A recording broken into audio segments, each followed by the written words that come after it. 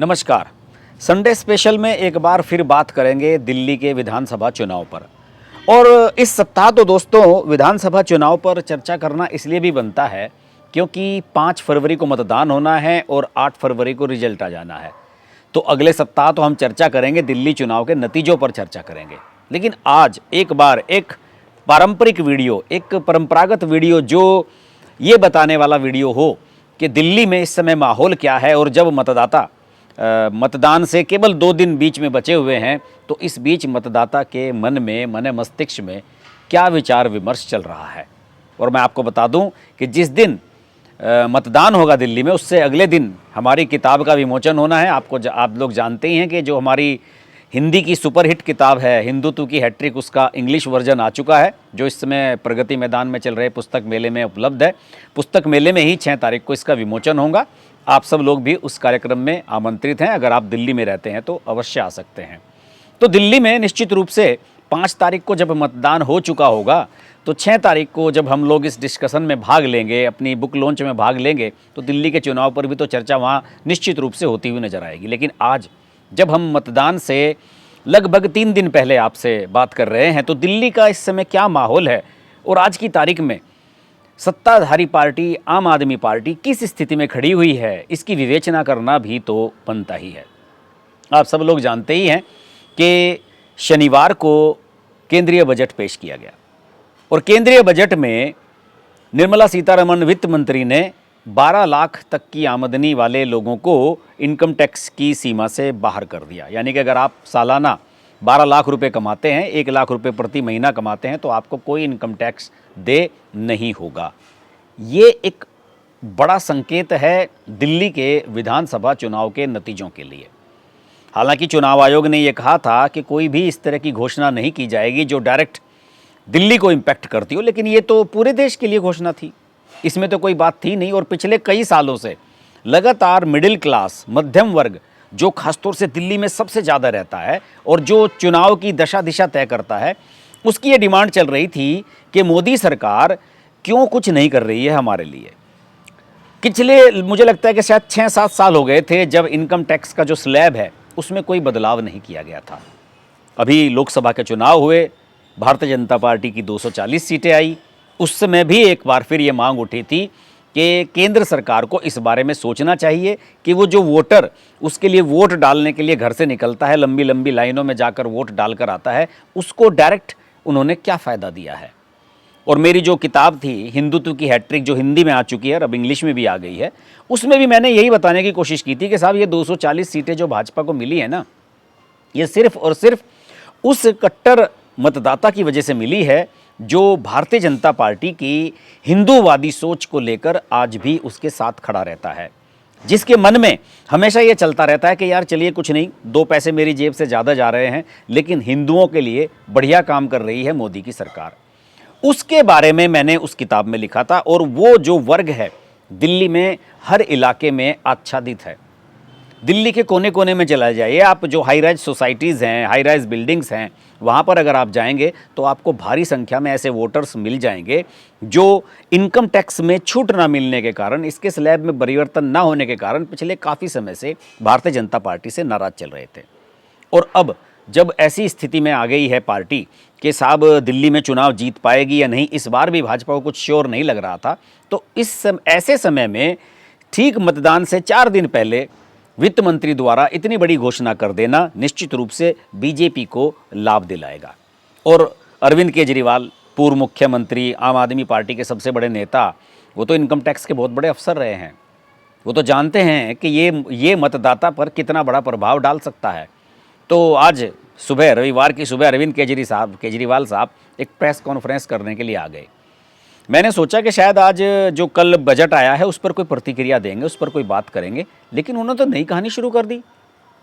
आज उन्होंने कहा कि मैं आज केंद्रीय गृह मंत्री अमित शाह के बारे में बात करना चाहता हूं।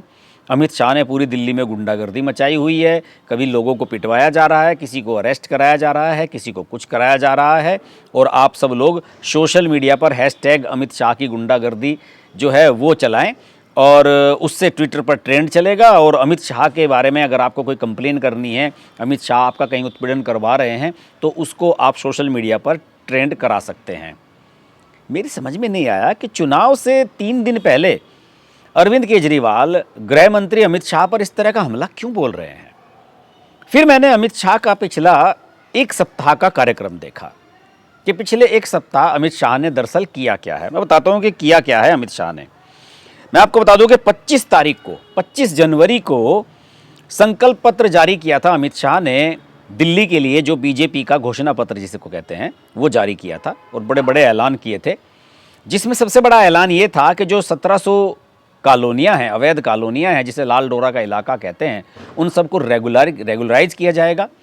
और इससे पहले अमित शाह ने झुग्गी झोंपड़ी वालों का एक सम्मेलन किया था जवाहरलाल नेहरू स्टेडियम में, वो उससे भी 1 सप्ताह पहले किया था।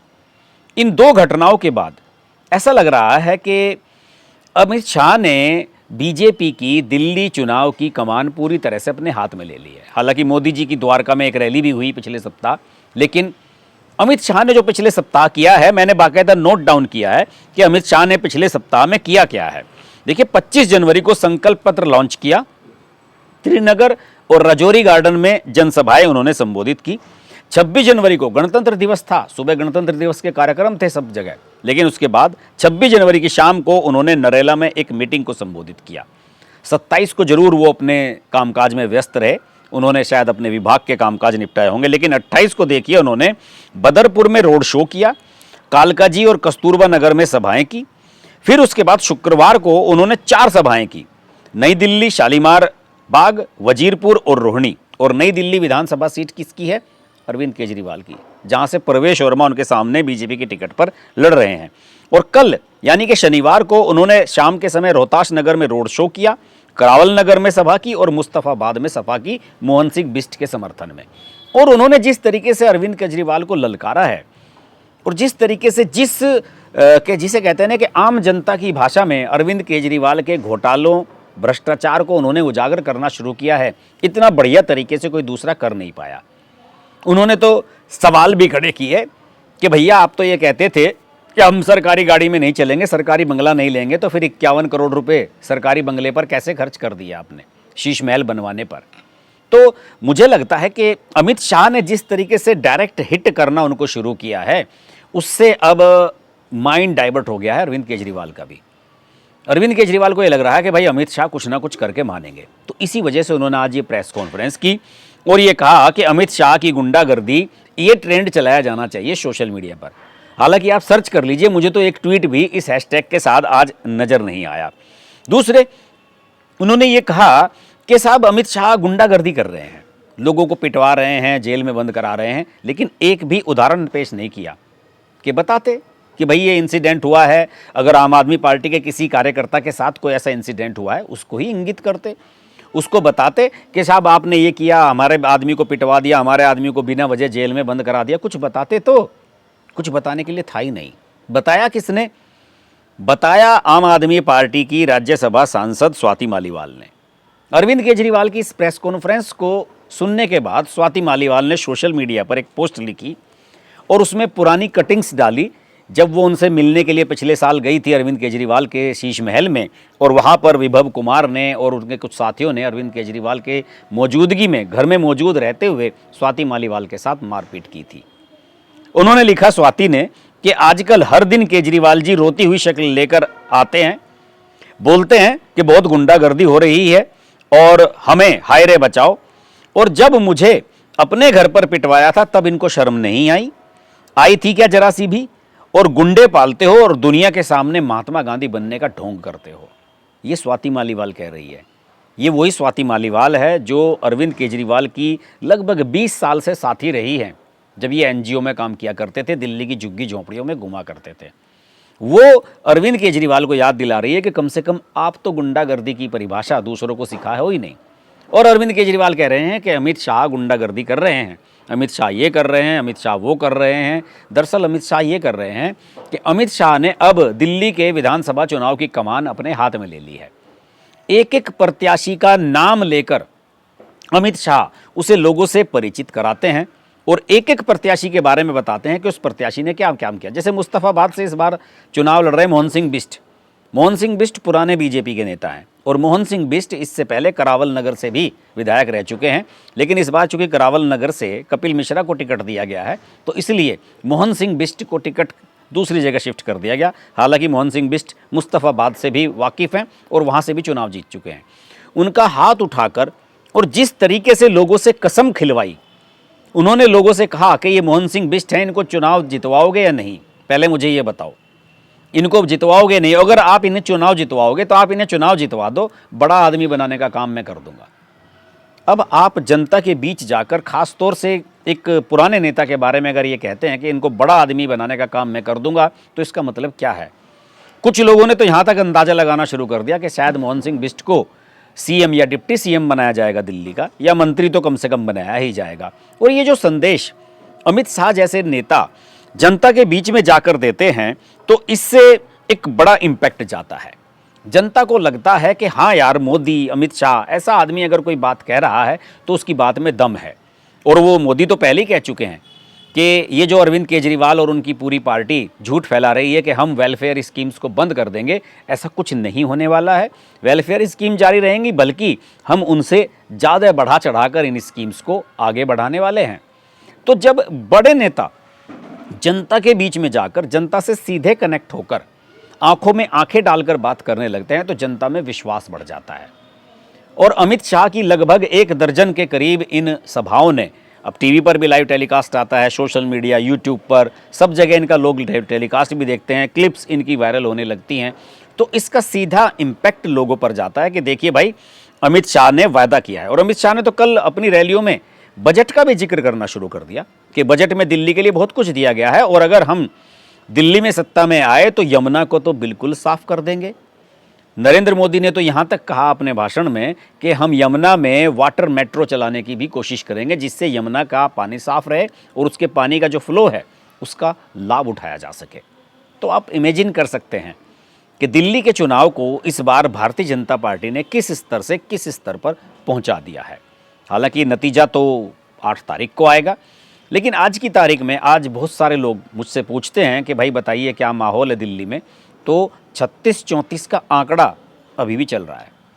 लोग ये कहते हैं कि 36 सीटें भाजपा की आ रही हैं और 34 सीटें अरविंद केजरीवाल की आ रही हैं। कांग्रेस का खाता नहीं खुल रहा है।